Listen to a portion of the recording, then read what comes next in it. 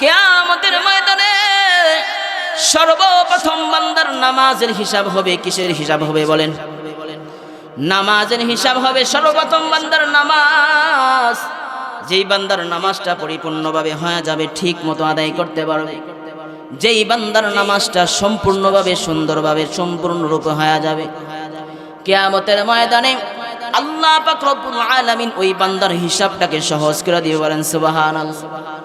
নামাজ দিয়া বান্দার হিসাব যখন টানা হবে, নামাজ যে বান্দা নিয়মিত পড়ে ওই বান্দা দ্বারা গুনাহের কাজ কম হয়। কথা বলেন ঠিক কিনা? যেই বান্দা 5 ওয়াক্ত নামাজ জামাতের সাথে পড়ে, যার অন্তরের মধ্যে নামাজের ব্যাপারে মায়া আছে, ওই বান্দা কখনো গুনাহের কাজ কখনো করতে পারে না। কথা বলেন ঠিক কিনা? এই জন্য তো কোরআনের আয়াত নাযিল করে আল্লাহ জানা দেয় যে ইন্নাস সালাতা তানহা আনিল ফাহশাই ওয়াল মুনকার, নিশ্চয় নামাজ সমস্ত ফাহিশা অশ্লীল কাজ থেকে ফিরায় রাখে। কথা বলেন ঠিক কিনা? নামাজ অশ্লীল ফাহিশা কাজ থেকে তখনই ফিরাবে যখন নামাজটা নামাজের মতো হবে। যখন নামাজে দাঁড়ায় আল্লাহ পাক রব্বুল আলামিনের ভয় নিয়ে যখন বান্দা নামাজ পড়বে, তখনই নামাজটা নামাজের মতো হবে। কথা বলেন ঠিক কিনা? নবীজি করিম সাল্লাল্লাহু আলাইহি ওয়াসাল্লাম বলে, উম্মত, এই উম্মত, এমন ভাবে তুমি নামাজ আদায় করো, এমন ভাবে নামাজ পড়ো, এমন ভাবে নামাজ পড়ো, এমন ভাবে তুমি নামাজ আদায় করো যে নামাজের মধ্যে তুমি রবকে দেখতেছো। সুবহানাল্লাহ বলবেন। এমন ভাবে নামাজ পড়ো যে নামাজের মধ্যে তুমি রবের সাক্ষাৎ লাভ করছো। এই উম্মত, যদি নামাজের মধ্যে রবের দিদার তোমার লাভ না হয়, তাহলে অন্তরের মধ্যে সেই ভয় রাখো, এমন ভয় রাখো যে আমি রবকে দেখি না, কিন্তু আমার রব আমারে দেখে। কথা বলেন ঠিক কিনা? আমার রব আমারে দেখতেছে, সেই ভয় অন্তরের মধ্যে রাখো। কেমন ভয়? সাহাবায়ে কেরাম যখন নামাজের মধ্যে দাঁড়াইতেন তো দুনিয়ার সব চিন্তা অন্তর থেকে উঠায়া দিতেন। আর আমাদের অবস্থাটা পুরো উল্টা। আমরা যখন নামাজে দাঁড়াই দুনিয়ার সব চিন্তা আমাদের মাথায় আসে। কথা বলেন ঠিক কিনা? আর আওয়াজ দেওয়া বলেন ঠিক কিনা? নামাজে দাঁড়াইলে দুনিয়ার সব চিন্তা আমাদের মাথায় অটোমেটিক আসে। কিন্তু সাহাবীরা যখন নামাজে দাঁড়াইতেন তো নামাজের মধ্যে দাঁড়াইলে তারা যখন কেরাত পড়তেন তো কেরাত লম্বা করতেন, লম্বাই করতেন। কেন করতেন? বলে যখন কেরাত পড়ি তো অন্তরের মধ্যে শান্তি তৃপ্তি অবলুপ্ত হয়। বলেন সুবহানাল্লাহ। শান্তি হয়, অন্তরের মধ্যে তৃপ্তি আসে। নামাজের মধ্যে কোরআন তেলাওয়াত করতে শুধু মজাই লাগে, মজাই লাগে। আর আমাদের অবস্থাটা এমন, যদি ইমাম সাহেব একটু লম্বা কেরাত লয় তো পিছন দিয়া মুসল্লিরা ইশারা দিতে শুরু করে। কথা বলেন ঠিক কিনা? নামাজের মধ্যে মনোযোগ নাই তো এই নামাজ আমাদেরকে গুনাহের কাছ থেকে ফিরাইতে পারবে না। ঠিক কিনা বলে? কখনো ফিরাইতে পারবে না যে নামাজের মধ্যে তাড়াহুড়া থাকে। এজন্য ভাইরা আমার, নামাজ পড়তে হবে নামাজের মতন।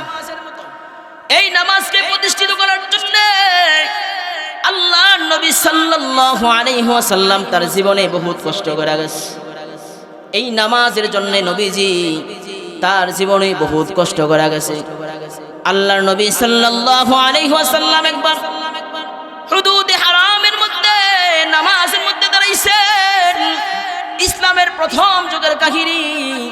আল্লাহর নবী সাল্লাল্লাহু আলাইহি ওয়াসাল্লাম নামাজের মধ্যে দাঁড়াইছেন, নামাজ পড়তেছেন। নামাজ, হায় রে, নবীর নামাজ কত সুন্দর নামাজ। নবীর নামাজ দেখলো কাফেররা মুসলমান হয়ে যেত কালিমা পড়া। নবীর এত সুন্দর নামাজ, এই নবীর নামাজ দেখার জন্য এই কাফেররা এরকম ভাবে নবীজির নামাজ কেরাত শোনার জন্য, নামাজ দেখার জন্য কাফেররা এসে ভিড় জমা যাইত। এত সুন্দরভাবে নবী নামাজ পড়তেন। আল্লাহর নবী সাল্লাল্লাহু আলাইহি ওয়াসাল্লাম একবার নামাজের মধ্যে দাঁড়াইছেন, নামাজের মধ্যে দাঁড়াইছেন হুদুদে হারামের মধ্যে। হারামের মধ্যে যখন নামাজে দাঁড়াইলেন, আল্লাহর নবী সাল্লাল্লাহু আলাইহি ওয়াসাল্লাম সিজদার মধ্যে গেলেন। সিজদার মধ্যে যাওয়ার পর আল্লাহর নবী সাল্লাল্লাহু আলাইহি ওয়াসাল্লামের মাথার মধ্যে কাফেররা উটের নারী বুড়ি দিয়া রাখছে, উটের নারী বুড়ি দিয়া চাপায়া রাখছে। যেন নবীজি মাথা জমিন থেকে না উঠাইতে পারে। বলেন নাউজুবিল্লাহ। নবী করিম সাল্লাল্লাহু আলাইহি ওয়াসাল্লাম মাথা জমিনের মধ্যে দিয়ে রাখছে। হায়রে সিজদায় পড়া উম্মতের জন্য কাঁদে, আল্লাহর হামদ এবং সানা পড়ে নবীজি ওজোরে সিজদার মধ্যে ফিরা কাঁদতেছে। আর কাফেররা অধিক দিয়া নবীজির শরীরের মধ্যে মাথার মধ্যে উটের নাটি বুড়ি গুলে দেয়া রাখছে, যাতে করে রাহমাতাল লিল আলামিন জমিন থেকে মাথা না উঠাইতে পারে। সাহাবীরা বলে ইসলামের প্রথম যুগ ছিলেন, এমন যুগ ছিলেন যেই যুগে নবীর সাহায্যকারী আমরা ছিলাম না। নবীরে যে সাহায্য করব, মাথা থেকে যে উটের নারী বুড়ি ফেলায়া দিব, সরায়া দিব, সেই সাহসও আমাদের ছিল না। যদি আমরা নবীজির পক্ষ নিতাম তাহলে আমাদের অবস্থাটা এমন হতো, আমাদের উপরও নির্যাতন শুরু হয়ে যাইত। আল্লাহর নবীর সাহাবীরা বলে এই অবস্থা দেখি আমাদের অন্তরের মধ্যে রক্তক্ষরণ হইতেছে। হায়রে কত কষ্ট করতেছেন দু জাহানের সরদার, যারে আল্লাহ সৃষ্টি না করলে কুল কায়নাত কোনো কিছুই সৃষ্টি করতেন না, এমন একজন নবীকে বুঝি দুনিয়ার জমিনে কষ্ট দেওয়া হইতেছে। কেউ জিজ্ঞেস, কেউ খবর পাঠাইলেন ঘরের মধ্যে নবীজির একজন মেয়ে ছিলেন ফাতেমা। ফাতেমাও ছিলেন ছোট্ট মানুষ। ফাতেমার নিকট কেউ খবর পাঠাইলেন, ফাতেমা তোমার বাবার এই হুদুদে হারামের মধ্যে কষ্ট দিতেছে। ফাতেমা ছোট্ট মানুষ, মেয়ের মন তো অনেক নরম।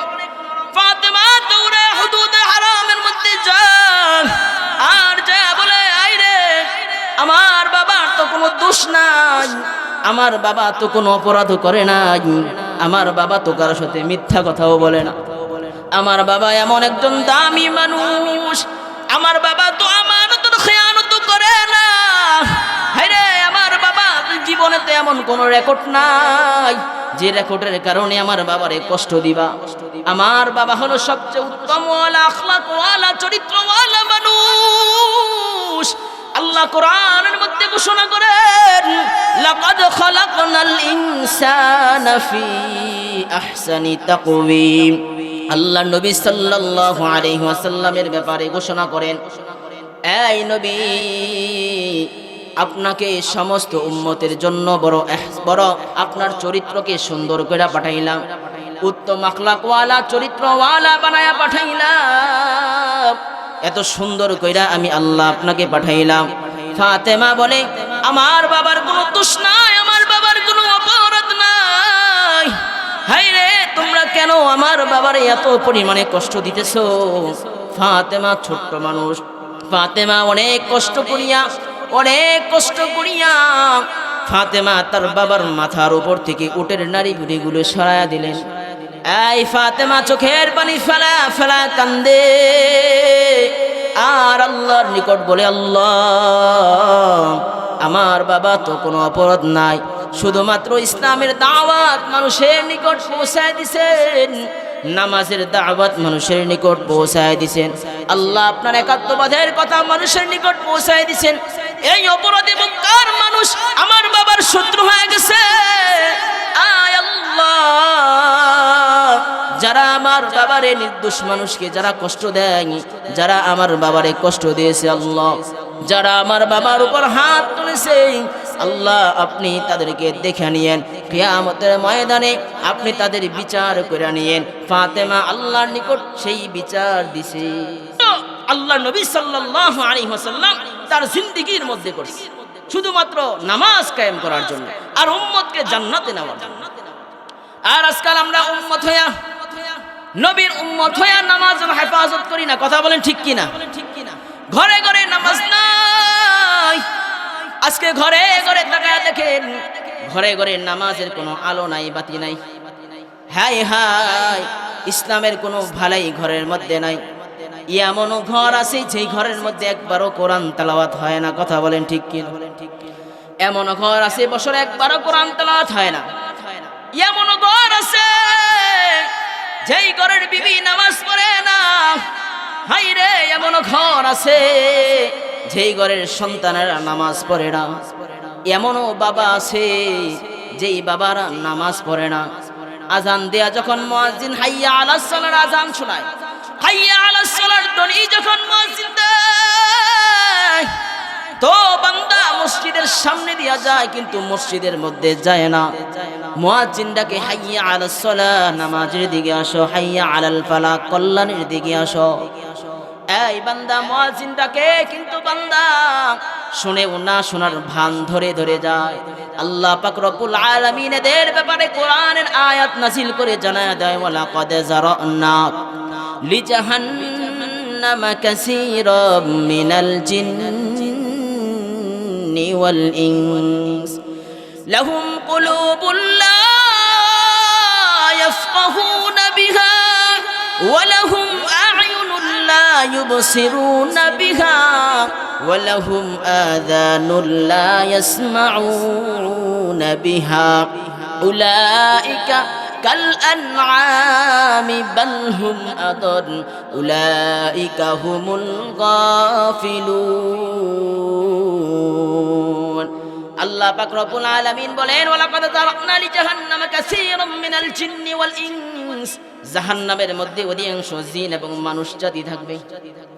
লাহুম কুলুবুন লা ইয়াফকাহুনা বিহা ওয়া লাহুম আ'য়ুনুন লা ইউবসিরুনা বিহা। হ্যাঁ, আমি এদেরকে এমন অন্তর দিছিলাম যে অন্তর দিয়া চিন্তা ভাবনা করতে পারতো, কিন্তু বান্দা অন্তর দিয়া ধারণা করে নাই, অন্তর দিয়া ভালো চিন্তা করে নাই। এমন চক্ষু দিছিলাম যে চক্ষু দিয়া দেখার শক্তি ছিল, ভালো খারাপ নির্ণয় করার পাওয়ার দিছিলাম।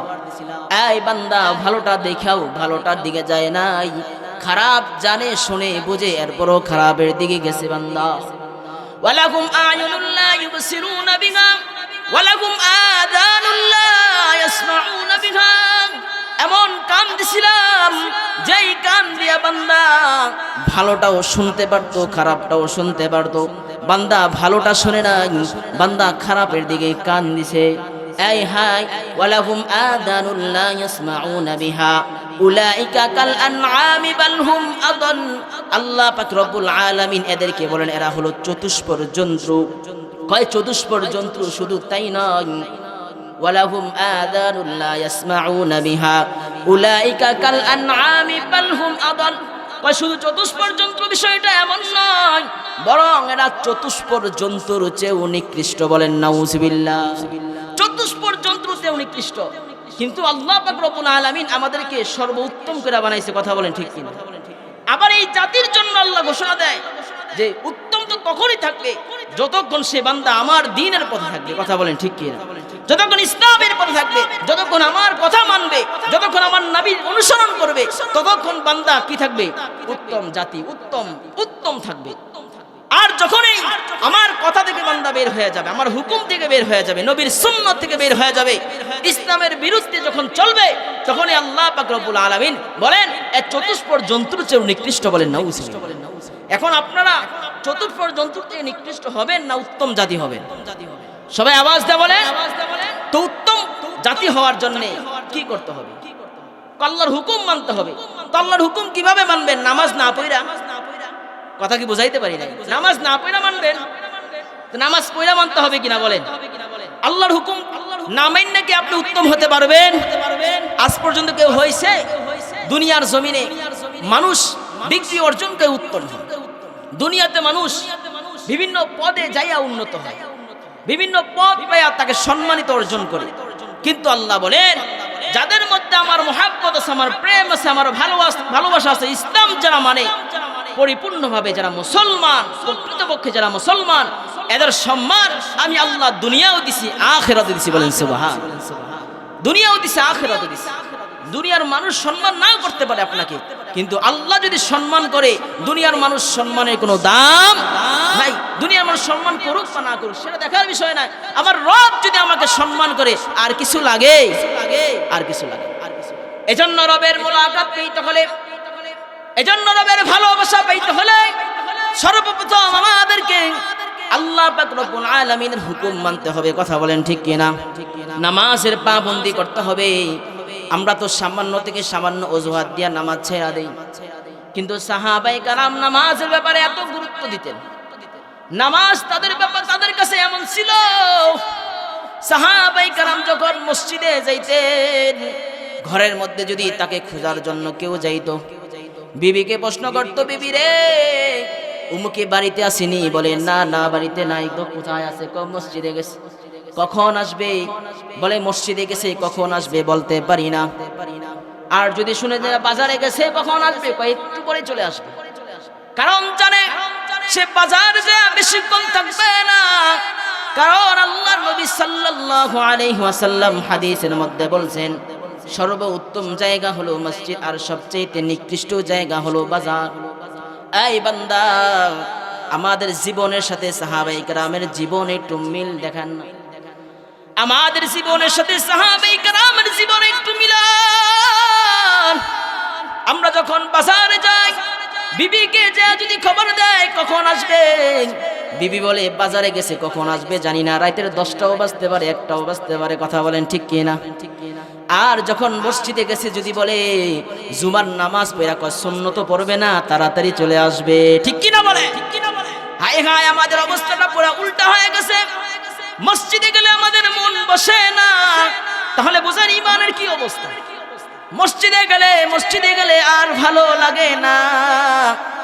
মনে হয় অনেকে এমন আছে বাধ্য হইয়া মসজিদে যায়। জুমার দিন যদি মসজিদে না যাই মানুষ কি বলবে? এমন আছে না নাই?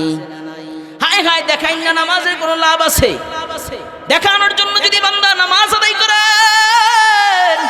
আল্লাহর কসম একবার, আল্লাহর কসম দুইবার, আল্লাহর কসম তিনবার, দেখানোর জন্য, মানুষকে দেখানোর জন্য যদি নামাজ পড়েন, ওই নামাজ আপনার কখনো জান্নাতে নেবে না। কথা বলেন ঠিক কিনা? ওই নামাজ পড়ে আপনি কখনো ফাহিশা অশ্লীল কাজ থেকে দূরে থাকতে পারবেন না, কখনো পারবেন। এজন্য ভাইরা আমার, নামাজ পড়তে হবে কাকে দেখানোর জন্য? আর আওয়াজ দিয়ে বলেন, কাকে দেখানোর জন্য? এই বান্দা, নামাজ পড়বেন রবের মুলাকাত পাওয়ার জন্য। নামাজ পড়বেন রবকে খুশি করার জন্য। নামাজ পড়বেন রবের দিদার পাওয়ার জন্য। নামাজ পড়বেন একমাত্র রবকে খুশি করার জন্য। যেই নামাজ সাহাবায়ে কেরাম তাদের জীবনের মধ্যে পড়েছেন। আল্লাহর নবী একজন সাহাবী ছিলেন, হযরত আব্দুল্লাহ আনসারী রাদিয়াল্লাহু তাআলা আনহু। আল্লাহর নবী সাল্লাল্লাহু আলাইহি ওয়াসাল্লাম একজন গরীব সাহাবী ছিলেন, গরীব সাহাবী আব্দুল্লাহ আনসারী রাদিয়াল্লাহু তাআলা আনহু সব সময় মসজিদে সকলের পিছনের কাতারে যায়। নামাজ শেষ করে আবার সবার আগে মসজিদ থেকে বের হয়ে চলে আসে। সাহাবীদের নজরে যখন এই জিনিসটা গেল যে আব্দুল্লাহ আনসারী সকলের পিছনে নামাজ পড়তে আসে, আমরা নামাজের পরে নবীর সামনে বসে থাকি, নবী আমাদেরকে নিয়ে সুন্দর সুন্দর কথা বলে, আমরা সেই কথাগুলি শুনি, কিন্তু আব্দুল্লাহ আনসারী নবীজির সামনে বসে না, সবার আগে নামাজ শেষ করে চলে আসে। ব্যাপারটা বুঝলাম না।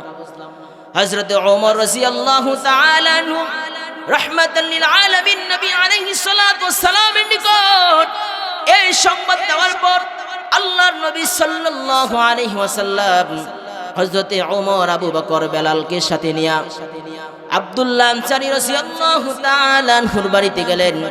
গিয়া সালাম দিলেন, আসসালামু আলাইকুম। আব্দুল্লাহ আনসারীর বাড়ি থেকে কোনো জবাব নাই। আবার সালাম দিলেন, এরপরেও কোনো জবাব নাই। তৃতীয়বার আবার সালাম দিলেন, সালাম দেওয়ার পরেও কোনো জবাব আসতেছে না। আল্লাহর নবী সাল্লাল্লাহু আলাইহি ওয়াসাল্লাম বললেন, মনে হয় আব্দুল্লাহ আনসারী বাড়িতে নাই, চলো আমরা চলে যাই। ওমর রাদিয়াল্লাহু তাআলা আনহু বললেন, নবী গো, মাত্র দেখলাম আব্দুল্লাহ আনসারী মসজিদ থেকে নামাজ পড়িয়া ঘরের মধ্যে আসছে, আপনি বলতেছেন আব্দুল্লাহ আনসারী ঘরের মধ্যে নাই, ব্যাপারটা বুঝলাম না। সবাই যখন আব্দুল্লাহ আনসারী বাড়ি ত্যাগ করে চলে আসতেছেন, কিছুক্ষণ আসার পর আব্দুল্লাহ আনসারী দৌড়ায়া রাহমাতাল লিল আলামিনকে ডাক দেয়, ওগো নবী, আপনি আমার বাড়িতে আসছেন, আমার সাথে সাক্ষাৎ না করে, আমার সাথে মোলাকাত না করে আপনি আমার বাড়ি থেকে চলে যাইতেছেন, ব্যাপারটা বুঝলাম না। নবী গো, আপনি আসছেন আর আমাকে পাবেন না, এটা হতে পারে না। নবী গো, কেন আসছেন বলেন না।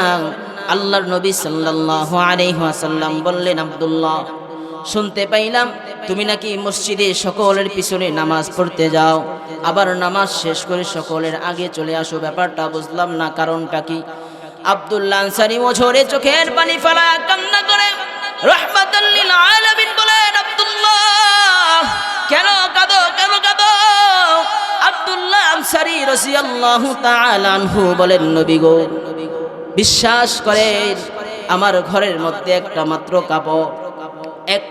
কাপড়, যে কাপড় দিয়ে আমি নামাজ আদায় করি, যখন আমি নামাজ আদায় করি তো আমার স্ত্রীকে ঘরের মধ্যে রেখা চলে যান। হাই রে, আবার যখন নামাজ আদায় করতে নামাজ শেষ করে যখন আবার ঘরের মধ্যে আসে তো ওই কাপড় পরিয়ে আমার স্ত্রী নামাজ আদায় করে। আল্লাহু আকবার, জোরে করে বলে। হাই রে, সাহাবায়ে কেরাম নামাজের জন্য কত কষ্ট করছে।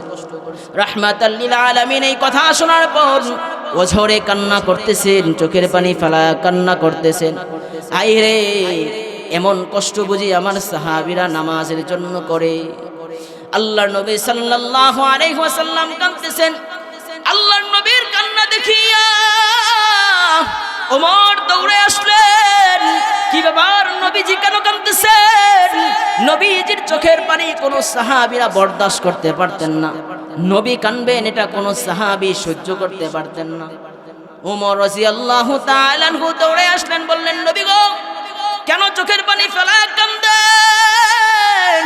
আব্দুল্লাহ আনসারীকে বললেন, আব্দুল্লাহ, নবী এইমাত্র হাস্যোজ্জ্বল চেহারা ছিল, তোমার সাথে কথা বলার পর কেন নবীজির চোখ দিয়া পানি বের হইতেছে বলো?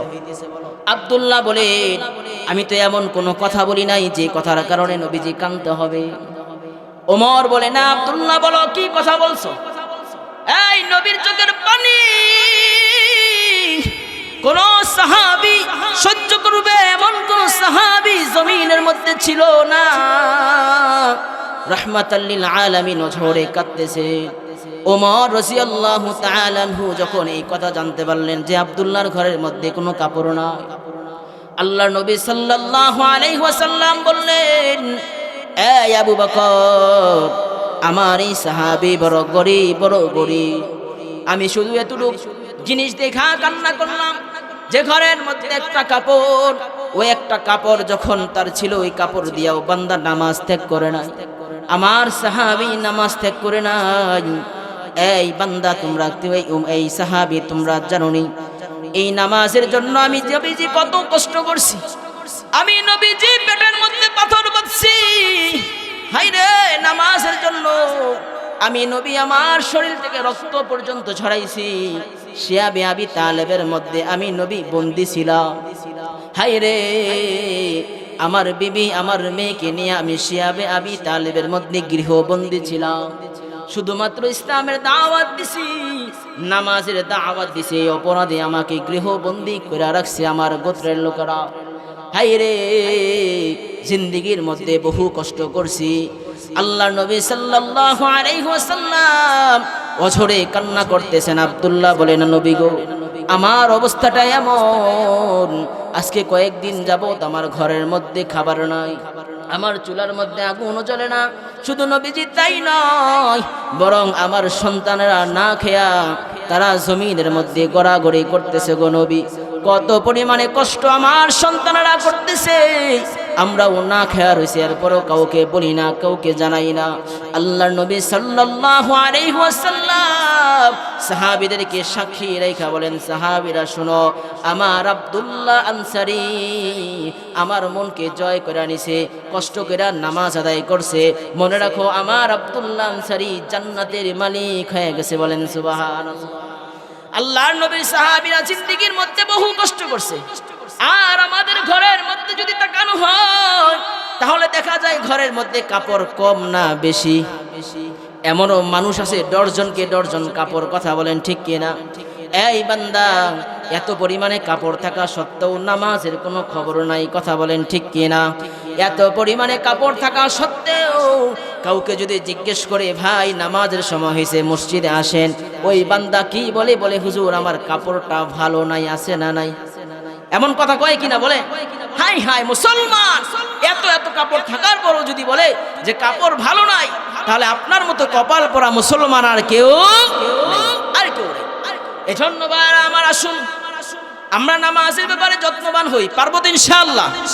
আল্লাহ পাক রব্বুল আলামিন দুনিয়ার জমিনে যতদিন বাঁচায় রাখেন নামাজের বেশি থেকে বেশি পরিমাণে ইহতেমাম করার তৌফিক দান করেন, বলেন আমিন।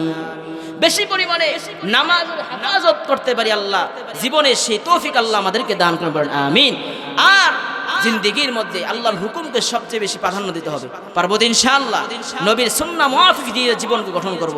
এই দুইটা কাজ যদি আমরা আমাদের জিন্দেগির মধ্যে করতে পারি, আশা করা যায় আল্লাহ পাক রব্বুল আলামিন আমাদেরকে জান্নাত দিবেন ইনশাআল্লাহ। আল্লাহ পাক রব্বুল আলামিন তার হুকুম এবং নবীর সুন্নাহ মুআফিক চলে জীবন গঠন করার তৌফিক দান করবেন, আমিন। ওয়া আখিরু দাওয়ানা আনিল হামদুলিল্লাহি রাব্বিল আলামিন।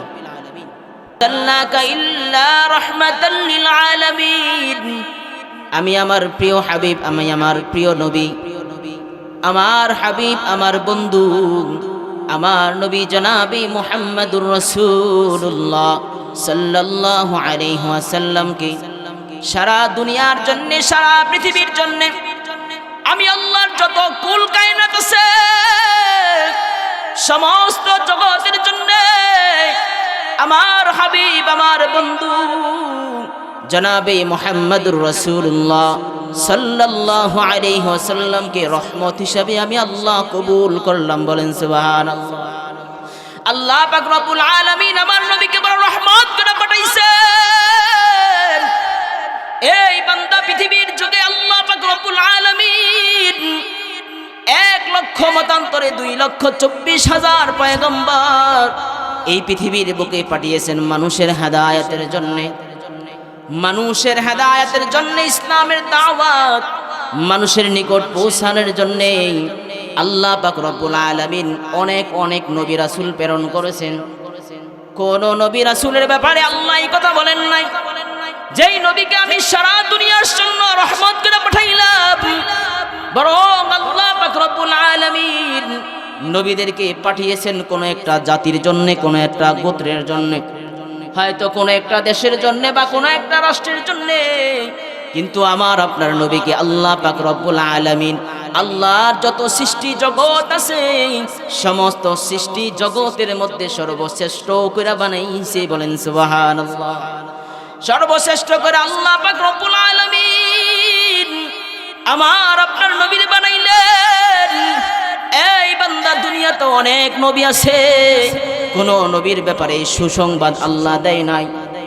আমার আপনার নবীর ব্যাপারে আল্লাহ পাক রব্বুল আলামিন এই সুসংবাদ দিয়েছেন যে সুসংবাদ কোন নবীর ব্যাপারে দেয় নাই। আই বান্দা, আমার আপনার নবী কেমন রহমত, আমার আপনার নবী কেমন রহমত। নবীর আল্লাহ দয়া করে রহমত করে বানাইলেন। নবী বলেন আল্লাহ পাক রব্বুল আলামিন বলেন আমি নবীর পাগল, কিন্তু আমি নবী শুধু আমার গুনাহগার উম্মতের পাগল, বলেন সুবহানাল্লাহ। আমি নবী আমার গুনাহগার উম্মতের কেমন পাগল, নবী আমাদের জন্য কেমন পাগল। দুনিয়া তো আল্লাহ পাক রব্বুল আলামিন অনেক অনেক নবী প্রেরণ করেছেন, কোন নবী তো উম্মতের জন্য এত পাগল ছিলেন না। আয় আমার আপনার নবী উম্মতের জন্য কত পাগল, কত পাগল। আল্লাহর নবী সাল্লাল্লাহু আলাইহি ওয়াসাল্লাম তার জিন্দেগীর মধ্যে কখনো উম্মতের জন্য বদদুয়া করে নাই, অথচ নবী জিন্দেগীর মধ্যে অনেক কষ্ট সহ্য করা গেছে। নবীজি এত পরিমাণে কষ্ট করছে যা কোনো নবীও করে নাই। হায়রে, উম্মতের হাতে নবী নিজে মার খেয়েছে, উম্মতের হাতে নির্যাতন হয়েছে। উম্মতের জন্য, এই বান্দার জন্য আল্লাহর নবী নিজের দেশ ত্যাগ করে হিজরত করতে হয়েছে, সাহাবীদেরকেও হিজরত করতে হয়েছে। এরপরেও নবীজি তার জবান দিয়ে একবার উম্মতের জন্য বদদুয়া করে না। এই উম্মতরে কত বেশি মুহাব্বত, কত বেশি ভালো আমার আপনার নবী বাসতেন। তায়েফের ময়দানে নবীজি নিজের শরীর থেকে রক্ত ঝরাইছেন, এরপর উম্মতের জন্য বদদুয়া করে নাই। জিবরাইল আমিনকে আল্লাহ পাক রব্বুল আলামিন পাঠায়া নবীর কাছে বলেন, নবী গো, এই নবী, আল্লাহ পাক রব্বুল আলামিন আমাকে পাঠিয়েছেন, যদি মাত্র আপনি বলেন যে 2 পাহাড়ের চিপায় ফেলায়া তায়েফবাসীরে আমি ধ্বংস করে দিব, যদি খালি একবার অনুমতি দেন নবী, আমি আল্লাহর হুকুমে তায়েববাসীকে ধ্বংস করে দিব। আল্লাহ নবী সাল্লাল্লাহু আলাইহি ওয়াসাল্লাম জিবরাইলকে ডাক দিয়ে বলে, জিবরাইল, আজকে তায়েববাসীরা আমার শরীরে রক্ত ঝরাইছে, আমারে পাগল বইলা বইলা তায়েববাসীরা তাদের মাতৃভূমি থেকে তারা দিছে। আয় হ্যাঁ, এত কষ্ট দিছে আমারে, এত পরিমাণে কষ্ট দিছে, এত পরিমাণে কষ্ট দিছে, আমার শরীর থেকে রক্ত পর্যন্ত ঝরাইছে। বিভিন্ন কথা বইলা বইলা বইলা বইলা আমারে তায়েফ থেকে তারা দিছে। জিবরাইল, আমার উম্মতরা না বুঝা করছে, না বুঝা এগুলা করছে। জিবরাইল, আমি যদি জানি আমার উম্মতের ব্যাপারে বদদুয়া করি, তাহলে আমি জানি আমার উম্মতরে আল্লাহ ধ্বংস করে দিবেন। কিন্তু না রে জিবরাইল, আমি নবী দুনিয়ায় আমার উম্মতরে ধ্বংস করার জন্য আসিনি। আল্লাহু আকবার বলেন। আমার উম্মতরে ধ্বংস করার জন্য, আমার উম্মতরে বদদুয়া দেওয়ার জন্য আমি নবী পয়দা হই নাই, আমি নবী দুনিয়া আসি নাই, বরং আমি নবী দুনিয়ায় আসছি আমার উম্মতরে জান্নাতে নেওয়ার জন্য। বলেন সুবহানাল্লাহ। উম্মতের সাথে জান্নাতে থাকার জন্য আমি দুনিয়া আসছি। উম্মতরে কিভাবে জান্নাতে নেওয়া যায় সেই ফিকির, সেই চিন্তা আমি নবী করার জন্য আসছি। উম্মতরে জাহান্নামে নেওয়ার জন্য আমি নবী আসি নাই, বরং জান্নাতের পথ দেখানোর জন্য আমি নবী আসছি। জিবরাইল, জানি বদদুয়া করলে আল্লাহ ধ্বংস করে দিবেন, কিন্তু না রে জিবরাইল, আমার উম্মতের জন্য আমি বদদুয়া করব না। আমি আমার উম্মতের জন্য হেদায়েতের দোয়া করে গেলাম। এমন একটা সময় আসবে, এমন একটা দিন আসবে, যেই দিনে যেই সময় আমার এই তায়েববাসীর উম্মতেরা আমার নবীর জন্য জীবন দেওয়ার জন্য প্রস্তুত হয়ে যাবে। বলেন সুবহানাল্লাহ। নবীর জন্য জীবন দেওয়ার জন্য প্রস্তুত হয়ে যাবে, এমন একটা সময় আসবে। ঠিকই দেখা গেল যে তায়েববাসীরা নবীকে নিজের মাতৃভূমি থেকে, নিজের দেশ থেকে তাড়ায় দিছে। সে তায়েববাসীর একটা সময় নবীর জন্য যুদ্ধের ময়দানে জীবন দিছে। বলেন সুবহানাল্লাহ। এজন্য ভাইরা আমার নবী বলেন রহমত, রহমত। কেন নবী দুনিয়া আসলেন?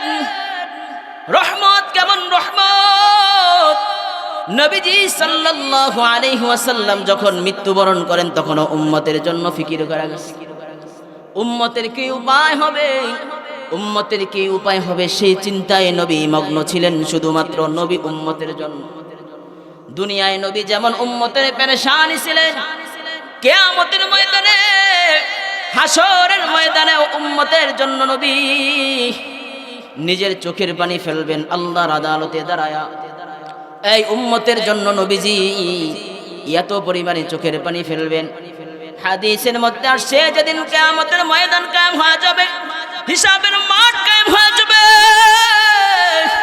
ওই কিয়ামতের ময়দানে কোন নবী আল্লাহর আদালতে দাঁড়ায়া কথা বলার সাহস পাবে না। কেউ দাঁড়াবে না, কেউ দাঁড়াবে না, কেউ দাঁড়ায়া কথা বলার সাহস পাবে না। সেদিন আমার আপনার নবী জনাবে মুহাম্মদুর রাসূলুল্লাহ সাল্লাল্লাহু আলাইহি ওয়াসাল্লাম আল্লাহর কুদরতি কদমে সেজদায় পড়া চোখের পানি ফেলবেন। হাদিসের মধ্যে আল্লাহর নবী সাল্লাল্লাহু আলাইহি ওয়াসাল্লাম বলেন, ওই কিয়ামতের ময়দানে আমার নবী এক সিজদার মধ্যে থাকিয়া এত পরিমাণে হামদ, এত পরিমাণে সানা, এত পরিমাণে আল্লাহর তাসবিহ প্রশংসা করবে। কিয়ামত পর্যন্ত যত উম্মত আসবে, আল্লাহর নবী সাল্লাল্লাহু আলাইহি ওয়াসাল্লাম বলেন, কোন নবীও আজ পর্যন্ত কোন উম্মত, সবগুলি উম্মতের হামদ এবং সানা যদি এক পাল্লায় রাখা হয়, কিয়ামতের ময়দানে আমি নবী যে আল্লাহর কুদরতি কদমে সেজদায় পড়িয়া যেই পরিমাণে হামদ এবং সানা পড়ব, ওই হামদ এবং সানা সম পরিমাণও হবে না। বলেন সুবহানাল্লাহ। আল্লাহ পাক রব্বুল আলামিন নবীর এই অবস্থা দেখিয়া সেদিন বলবেন, এই ফেরেশতারা দেখো না আমার নবী সেজদায় পড়িয়া কেন কাঁদে। আল্লাহ পাক রব্বুল আলামিন স্বয়ং নিজেই ডাক দিবেন, নবী হাবিব উঠান, মাথা উঠান, কেন সেজদায় পড়িয়া চোখের পানি ফালাইতেছেন? কেন আপনি চোখের পানি ফালাইতেছেন? আপনার চোখের পানি আর সহ্য হয় না। আল্লাহ পাক রব্বুল আলামিন স্বয়ং নিজে যখন ডাক দিবেন, সেদিন নবীজি মাথা উঠাবেন না,